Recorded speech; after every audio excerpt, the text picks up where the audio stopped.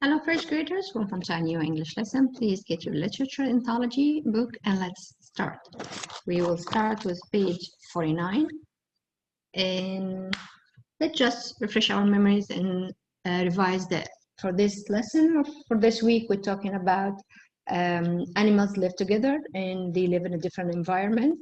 We also talked and read about different places where animals live, and we use the word community in nature. We learn about animals at home, such as penguin. And the previous lesson, we learned about animals where they live in a forest and how they live together. For this story, we'll be talking about ponds, where animals live in a pond. So this is like, this selection is about one different environment where animals live together. And we will see this, the pond is a habitat for many animals. We will learn about it. Start. Genre: nonfiction. Essential question: where do animals live together? Read about animals that live at a pond. All right. So when you read, try to pay attention and learn that we will be talking about a pond. So specific animals live in this special habitat. Let's start. Page 49. At a Pond by Nancy Finton. Right. We will learn also about the author at the end of the story. All right. Who lives at a pond? All right. Who is under the water? Who is on the land? Who can fly to the pond? Let's see. All right, so in this part, we get your attention by asking question. So, and you try to find the answer by looking at the picture. So this is important to make a connection between the picture and the text.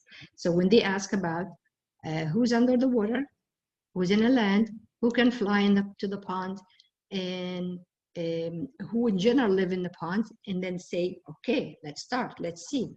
That's mean you're gonna see and read about animals that lives in a pond, under the water, on the land, and in air. So this is like you predict, oh, okay, I know, maybe under the water will be a frog, or on land will be duck. That's called prediction, like you're guessing what we're gonna learn and what you're gonna talk about. So let's start. Frogs live at a pond. They swim and hop and jump. Frogs rest on plants on the pond. So if you look at the pictures here, you see a picture of a frog jumping or hopping and even swimming. So the picture, along with the text, help you to understand what's this section about. This frog is hunting for bugs. It sees a bug. Will it get a snack? It has to be quick. Yum, yum. So you also learn that this is what the frog eat, and then you need to be really quick and fast.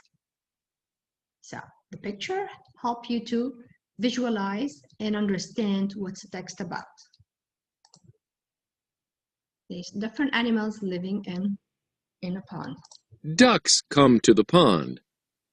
They eat lots of bugs and plants. This duck dips its bill to get bugs. Dip, dip, dip. Of course, looking at the ducks flying above the water or even hunting and eating. So now we know what ducks eat. Ducks make nests on land. They use twigs and grass. Who is in the eggs? Quack, quack, quack. All right. So now you can say, for example, that some couple of pictures that you see the duck flying above the water. So you might think that they live in the water, but also we see another picture that they are walking in the land, and this is the nest for the eggs. Different animals. Turtles can be on land and in water. They swim and swim. Then they stop and rest in the sun. So these also animals that can live in the water and swim, and then also live in the land and rest. Can fish be on land? No. Fish live in water. They swim, swim, swim. A big fish comes up to eat. Gulp. And then Bugs like water. Lots of bugs live at a pond. A dragonfly is a big bug. You can see it at a pond. okay, let's read this one. Look at the animals at a pond. Who are they? Captions: egret, raccoon, newt, goldfish, toad, beaver. So these also different animals that live at a pond, but we did not cover them and learn about them in our story. And there are way more than this. Okay, so we learned this week about the main topic and details, and we learned that the main topic means the main idea about the selection is talking about, and then after that you get more details. So for this selection or this story, we say that main idea is animals that live at a pond, very good, and then inside you get more details.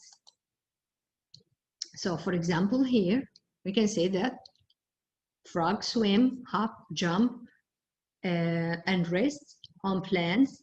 They eat also bugs. So this is information or details that you learn from this page. When you look at it, now I know what the frogs do, kind of movement, they swim, they hop, they jump, and I also know that they enjoy eating bugs.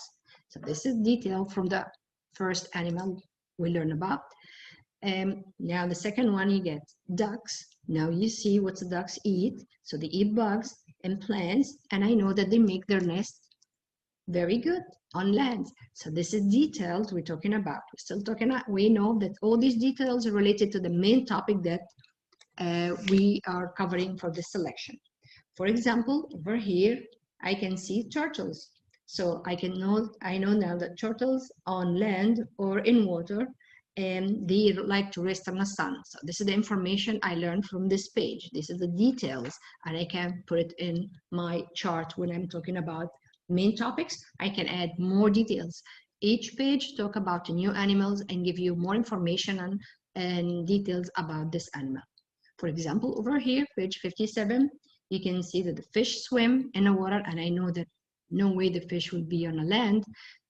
As for example, here we see the turtles. All right, so let's see, we have more information, more details. Yes, we have bugs, and then also we learned that bugs have lots of different bugs, lots of different kind of bugs, but for that story we just learn about the dragonfly, and it's what you say, it's a big bug, and it's also like to live at a pond. So this is the information, and it's all related to that, or details that's all related to your topic. Okay, so now when I say what's the main topic, which is like this selection talking about what? Talk about at a pond, animals that live at a pond, because for this week, the main idea for this week, or the theme for this week, that it's animals that live together and they live in a different environment or different homes for animals. All right, so let's learn about our author. Meet the author.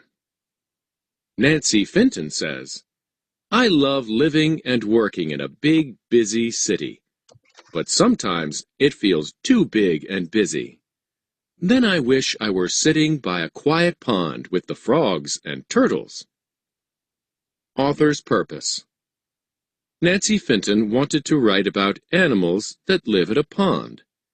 She wanted readers to see the animals close up. Draw a place where animals live together.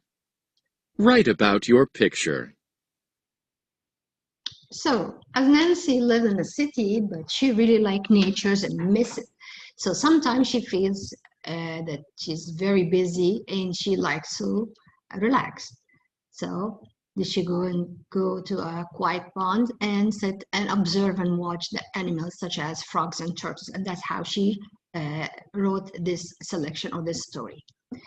For this story, we talked also with selection, we talked about the main topics in details, and we learned that evidence or text evidence along with the pictures or the drawing or the illustration help you understand what's the section about, selection about, and what's the animal, what information you have about animals.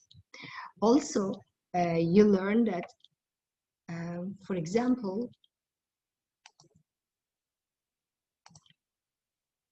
there's different kinds of animals that they can live in the water or in the land, such as the turtles we have in this story, and we also have ducks.